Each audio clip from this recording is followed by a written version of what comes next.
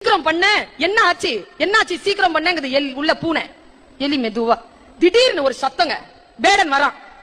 அவனுடைய காலடியால் அந்த மண் அதிர்கிறது. அவன் கிட்ட வராங்க. அவன் கிட்ட வரதுக்கும் இந்த எலி என்ன பண்ணுச்சு, சரேல்னு ஒரே கடியை கடிச்சு விட்டது பாருங்க. பூனை வெளியில ஓடுச்சு.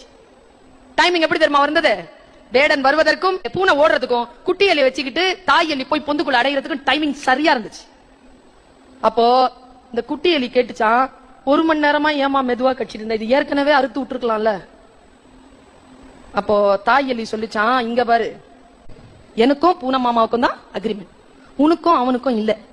இன்னொரு விஷயம், அவன் காலையில 5 மணிக்கு பிடிச்சிருக்கான், சாயந்தரம் வரைக்கும் பசியோட இருந்திருக்கு, நீ வேற கொழு கொழுன்னு இருக்கிற.